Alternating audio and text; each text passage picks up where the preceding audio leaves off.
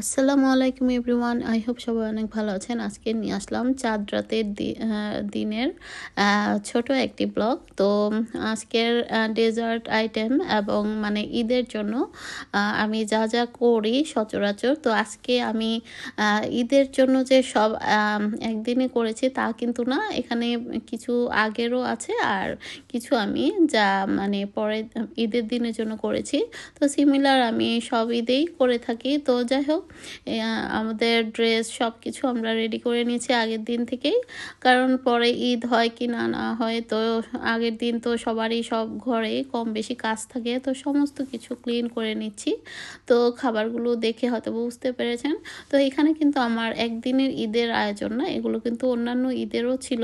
Just আপনাদের সঙ্গে share করলাম যে আমি ঈদের সচরাচর কী ধরনের ডেজার্ট বানিয়ে থাকি। তো আমরা যেহেতু দুজন মানুষ আর আমাদের ঈদ বেশিরভাগই আমার শাশুড়ির বাসায় করতে হয়, মানে সকাল থেকে রাত পর্যন্ত ওখানেই চলে যাই। তো আমাদের বাসায় আসলে অত কিছু রান্না করার প্রয়োজন পড়ে না, বা করি যেহেতু ঈদ বলে কথা, তো একটু একটু না করলে তো ঈদ মনে হয় না। তো সেজন্য আসলে কিছুটা তো রান্না করি। তো করে দেখা যায় পরবর্তীতে খাই, বা অনেক সময় নিয়ে যাই, বা অনেক সময় নিজেরাই পরে আস্তে আস্তে খাই। তো এই তো সমস্ত কিছু ক্লিন করে এখন নিচে চলে যাব, রান্নাবান্নার কাজগুলো করব। তো রান্নাবান্না শেষ করে তো তেমন কিছু রান্না করব না, বাসার জন্য একটু বিরিয়ানি আর মাংস একটু রান্না করব। আর মিষ্টি আইটেমের মধ্যে আমার হাজব্যান্ডের সুজির হালুয়া খুব পছন্দ, আর দুধ সেমাই অথবা জর্দা সেমাইটা করে থাকি বেশিরভাগ।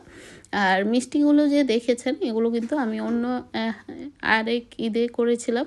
তো ভাবলাম যে আপনাদের সঙ্গে শেয়ার করি। আর এগুলো সমস্ত কিছু লিঙ্ক বা ভিডিও কিন্তু আমার চ্যানেলে দেয়া আছে, আপনারা চাইলে সেখান থেকে দেখে নিতে পারেন যদি কোনো একটা রেসিপি ভালো লেগে থাকে। তো যাই হোক, আমাদের সমস্ত রান্নাবান্না তো দেখলেন।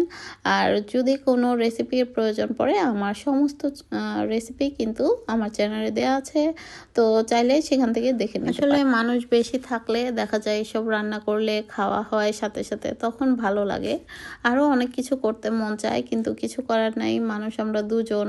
আর ঈদের দিন তো আমাদের এখানে কেউ আসে না, আমরাই অ্যাকচুয়ালি যাই, যার জন্য আসলে সেভাবে আমরা মানে রান্নাবান্না কমই করি। 4টা ডিমও দিয়ে দিলাম, মানে সকালবেলা একটু খেয়ে নিজের বাসা থেকে তারপরে বের হলে ভালো হয়, এ আর কি।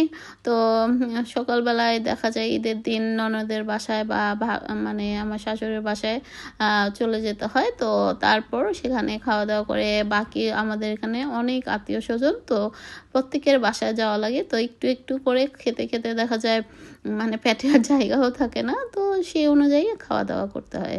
তো যাই হোক, ঈদের দিন বলে কথা, সবার কথা তো রাখতেই হয়। তো যাই হোক, আমাদের এই ঈদের ড্রেসগুলো কেমন লেগেছে অবশ্যই কমেন্টস করে জানাবেন। আমার ড্রেসটা খুব বেশি গর্জিয়াস না, আবার কমও না। তো জর্জেটের মধ্যে চুমকির কাজ করা। আর আমার হাজব্যান্ডের পাঞ্জাবিটা হচ্ছে বাংলাদেশ থেকে এনেছিলাম, তো সেটাই নর্মালটা পরবে, কিছু করার নেই। আরও অনেক পাঞ্জাবি আছে, এবারও কিনতে গিয়েছিলাম, বাট ভালো পাঞ্জাবি পাইনি, যার জন্য আর কিনা হয়নি। তো আজ যেহেতু আমাদের এখানে শেষ রমজান, তো শেষ রমজানে ইফতার করে আমি বাকি অন্যান্য যে কাজগুলো ছিল, ঈদের আগের দিন তো অনেক কাজ থাকে। আমার শরীরটা এমনিও কয়েকদিন যাবৎ খুব জ্বর, শরীর ব্যথা, মানে ঠান্ডা লেগেছে। তো যাই হোক, কিছু করার নেই, ঈদ বলে কথা। তো সবাই ভালো থাকবেন, সবাইকে ঈদ মোবারক, আল্লাহ হাফেজ, থ্যাংক ইউ ফর ওয়াচিং।